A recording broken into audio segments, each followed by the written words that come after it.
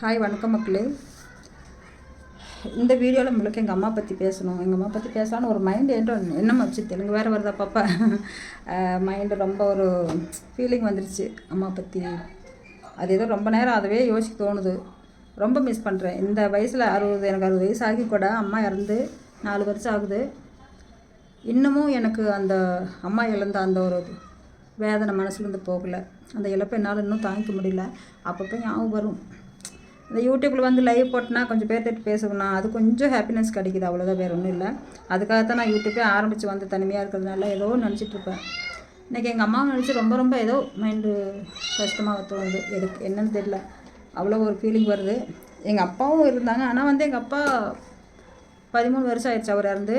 அதுக்கப்புறம் அம்மா இருந்தாங்க. அம்மா இருந்ததுனால எங்களுக்கு அவ்வளோவா தெரிஞ்சுக்கல. அப்பா இருந்த ஒரு இது அவ்வளோக்கா தெரிஞ்சுக்கல. இன்றைக்கி அம்மா இறந்ததுக்கப்புறம் அவங்க எப்படியெல்லாம் எனக்கு பார்த்துருப்பாங்க, எப்படியெல்லாம் ஹெல்ப் பண்ணி பிள்ளைகளை வளர்த்திருப்பாங்க, என்னுடைய பிள்ளைகளை வளர்த்திருப்பாங்க அப்படிங்கிறது எனக்கு ரொம்ப மனசுக்கு இருக்குது. அதுவும் இல்லாமல் எங்கள் பாட்டிக்கிட்ட வந்து எங்கள் பாட்டி வந்து அண்ணன் பொண்ணை தான் எங்கள் அம்மாவுக்கு எங்கள் பாட்டியோட அண்ணன் பொண்ணு தான் எங்கள் அம்மா. அண்ணன் பொண்ணு தான் கட்டியிருக்கிறாங்க. ஆனால் இருந்தாலும் அவங்க கொஞ்சம் ரொம்ப கொடுமை பண்ணியிருக்காங்க. எங்கள் அம்மா அவங்க வீட்டில் வந்து வசதியாக இருந்திருக்காங்க. அவங்க அப்பா அவங்க அங்கே நல்லா அங்கே நல்லா வளர்ந்துட்டு நல்ல ஒரே பிள்ளை தானே, வேணுங்கிற செல்லம்லாம் பார்த்துட்டு ஒரே பிள்ளைன்னா அவங்க அண்ணா இருந்தாங்க, அவங்க அக்கா இறந்துட்டாங்க. அவங்க அண்ணா பிறந்து 14 வருஷத்துக்கு அப்புறம் எங்கள் அம்மா பிறந்திருக்காங்க. அதனால் ஒரு பிள்ளையா செல்லமாக அவங்க அண்ணாவுக்குலாம் கல்யாணம் ஆயிடுச்சு, இவங்க மட்டும் வளர்ந்துருக்காங்க. எதாக இருந்தாலும் செல்லமாக வாங்கி கொடுத்து வளர்த்திருக்காங்க. அந்த இதிலிருந்து போட்டு இந்த எங்கள் பாட்டிக்கிட்ட வந்து அந்த கட்டுப்பாட்டில் இருக்கிறதுக்கு எங்கள் அம்மானால முடியல. ரொம்ப அந்த இதை அட்ஜஸ்ட்மெண்ட் பண்ணி போக முடியல. இருந்தாலும் அதை சமாளித்து இருந்திருக்காங்க. கோவிச்சுக்கிட்டு சண்டை பண்ணிக்கிட்டு அந்த மாதிரிலாம் எப்பவும் போகலை. எங்கள் அப்பா கொஞ்சம் சப்போர்ட் பண்ணியிருக்காங்க. எங்கள் அம்மாவெலாம் எதுவும் திட்ட மாட்டாங்களாம்மா. அப்படி இருக்கும்போது அந்த சாப்பிட்றதுக்குள்ளே ஏதாவது ஸ்நாக்ஸ் எல்லாம் சாப்பிட அந்த மாதிரிலாம் அப்போ எதுவும் கிடைக்காதாம்மா. அப்போ வந்து இந்த கேழ்வரகு அந்த மாதிரி இருக்கும், கம்பு கேழ்வரகு அரிசி ஏதாவது கொஞ்சம் கொஞ்சம் இருக்கும் போல் இருக்குது. அந்த மாதிரி அது இருக்கிறப்ப கேழ்வரகு தான் சாப்பிட்றதுக்கு எங்கள் பாட்டி வந்து அப்படியே சமமாக பண்ணி வச்சுருவாங்களாம்மா. ஏதாவது அள்ளி இருக்குதா இல்லையா அப்படின்ட்டு எங்கள் அம்மா என்ன பண்ணுவாங்க, கொஞ்சம் எடுத்து மடியில் கட்டி வேலைக்கு போகிற பக்கம் கொண்டு போவாங்க போல் இருக்குது. அங்கே போய் அப்படியே இருக்கப்போ சாப்பிட்ருக்காங்க. அது ஏதோ ஒரு நாள் தெரிஞ்சு போய் பிடிச்சி சண்டை கட்டிடுறாங்க பயங்கரமாக. அப்புறம் அதை நினச்சி ரொம்ப ஃபீல் பண்ணி அழுதுகிட்டு இருந்துட்டு கொஞ்சம் ரொம்ப அது மாதிரி ஒவ்வொன்றும் ஒன்று மட்டும் இல்லை, ஒவ்வொன்றும் அது மாதிரி கவலைப்பட்டு ரொம்ப இதாகிருக்காங்க. அம்மா எங்கள் சித்தப்பா வந்து ரொம்ப சப்போர்ட் எங்கள் அம்மாவுக்கு. எல்லாருமே எங்கள் அம்மாவுக்கு சப்போர்ட் தான். எங்கள் தாத்தாவோட எங்கள் பாட்டி மட்டும்தான் அப்படி பண்ணியிருக்காங்க. அப்புறம் நிறையா வேலை செஞ்சுருக்காங்க. ரொம்ப கஷ்டப்பட்டு வேலை செஞ்சு காலையிலேருந்து சாயந்தரம் வரைக்கும் வேலை செஞ்சு அதுக்கு மேலே வந்து வீட்டு வேலை செய்யணும். அதுக்கப்புறம் அந்த ஊர் செக்குன்னு சொன்னல அதில் போய் அம்பளிக்கு சோளம் ஆட்டுறதா இல்லை வேறு ஏதாவது பண்ணுறதா, இது எல்லாமே வந்து செய்யணும். நைட்டில் மட்டும் வேலை 10-11 மணி அந்த டயத்தை ஆயிரம் போல் இருக்குது. இந்த மாதிரி இருக்கிற கட்டத்தில் ஏதோ பக்கத்து வீட்டில் வடை சுட்டுருக்காங்க. அந்த வடை இவங்களுக்கு சாப்பிட்லாமான்னு தோணி இருக்குது. அவங்க கொடுக்கல போல இருக்குது, கொடுக்கல. அதனால் எங்கள் அம்மாவுக்கு வந்து கொஞ்சம் நாளில் கண்ணு தெரியாமல் போயிடுச்சம்மா. அப்போ அது வந்து மாலை கண்ணு அப்படிம்பாங்க. 6 மணி ஆச்சுன்னா கண் தெரியாது எங்கள் அம்மாவுக்கு.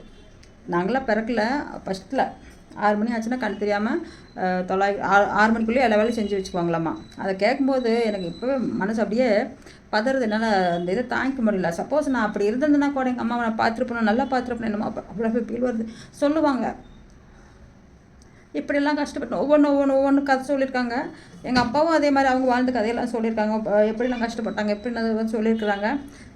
எங்கள் அம்மா சொல்லிக்கிட்டு அழுகும்போது ரொம்ப வேதனையாக இருந்துச்சு. இந்த மாதிரி கண்ணு தெரியாமல் துளாக்கிட்டு இருப்பேன். யூரின் போகிறதுக்கு கூட எங்கிட்ட போக மாட்டேன். ஒரு காலைக்கு எங்கள் அப்பா கையை பிடிச்சி கூட்டு போய் விடுவாரம்மா. ஒரு காலைக்கு எங்களோட தெரியாமல் எங்கிட்ட ஒரு பக்கம் கூட்டுவாங்க போய் ஒன்றாவது எங்கள் பாட்டி அதை கூட திட்டுவாங்களாம்மா. அவ்வளோலாம் கஷ்டப்பட்டு ரொம்ப கஷ்டப்பட்டாங்க. ரொம்ப கஷ்டப்பட்டு அவங்க லாஸ்ட் கட்டத்துக்குள்ளே நல்ல ஒரு பொசிஷனுக்கு வந்துட்டாங்க. அவங்க உண்மையிலே நேர்மையாக உழைச்சி கஷ்டப்பட்டு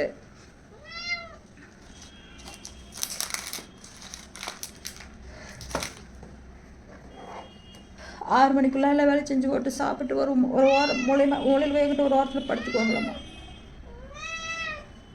எல்லாம் ஒன்றா தான் இருந்திருக்காங்க. சித்தப்பா ஃபேமிலியெல்லாம் ஒன்றா தான் இருந்திருக்காங்க. காலையில் மறுபடியும் 6 மணிக்கு மேலே தான் கொஞ்சம் கொஞ்சமாக தெரியுமாம்மா. அப்படியே இருந்தப்ப இந்த மாதிரி கண்ணு தெரியாமையே இருக்குதுன்ட்டு எங்கள் தாத்தா எல்லோரும் வந்து பார்த்துட்டு போயிருப்பாங்க. எங்கள் அம்மாச்சி இல்லை, எங்கள் தாத்தாலாம் வந்து பார்த்துட்டு போயிருக்காங்க. அப்புறம் இன்னொருத்தர் வந்து எங்கள் அம்மாவோடைய சொந்தம். அவங்களும் அவங்க வந்து வடை சுட்டு கொண்டு வந்து கொடுத்துருக்காங்க. அங்கே கொஞ்சம் தூரம் போகணும், ஒரு 4 கிலோமீட்டர் அங்கே இருக்கும் அந்த ஊர். அங்கே போய் வடை சுட்டு கொண்டு வந்து எங்கள் அம்மாவுக்கு அதை கண் தெரியாமல் இருக்குல்ல, அதனால் கொடுத்துட்டு போகலாம் பார்த்துட்டு போகலான்ட்டு அங்கேருந்து வடை சுட்டு வந்து கொண்டு கொடுத்து போட்டு பார்த்துட்டு போயிருக்காங்க. அந்த வடையை எங்கள் அம்மா சாப்பிட்ருக்காங்க. அந்த நைட்டு அந்த வடையை சாப்பிட்டுட்டு அப்படியே கண் தெரிஞ்சுதாம்மா, கொஞ்சம் மங்களாக தெரிஞ்சுதாம்மா, அப்படி இருக்கிறது நல்லா தெரிஞ்சிருச்சாம்மா. அந்த வடைக்கு ஒரு நம்ம என்னமோ சொல்கிறோம், இந்த காலத்துல இருந்தால் சொல்லுவாங்க கண்ணு தெரியாமல் பிரச்சனை, அது ஏதோ விட்டமின் கோளாறு அது இதுன்ட்டு. அப்போ ஒரு ஏக்கம், அந்த வடை சாப்பிடலன்னு ஒரு ஏக்கம் வந்ததுனால அந்த கண் அது மாதிரி தெரியாமல் போயிடுச்சு. அதுக்கப்புறம் வந்து அந்த வடை சாப்பிட்டதே கண் தெரிஞ்சு அதுக்கப்புறம் கொஞ்சம் நல்லா இருக்கும் போல இருக்குது. அதை சொல்லிட்டு அழுவாங்க, எப்படிலாம் ஒவ்வொரு டைம் கஷ்டப்பட்டோம் அப்படின்ட்டு. எனக்கு இந்த ப்ரூவ் பார்த்திங்களா, கொஞ்சம் இதுக்கு அதுக்கு வித்தியாசம் வரும். எங்கள் அம்மா கண் இதே மாதிரி தான் இருக்கும், இந்த சைடு இப்படி. அதே மாதிரி எனக்கும் அது கொஞ்சம் கரெக்டாக வச்சு தெரிஞ்சுக்காது. கொஞ்சம் பார்த்தோம்னா டக்குன்னு இது கொஞ்சம் மேலே தூக்குற மாதிரி தெரியும். அது உத்து பார்த்தா தான் தெரியும், எல்லாத்துக்கும் தெரியாது. எங்கள் அம்மாவுக்கு அதே மாதிரி தான் இருக்கும்.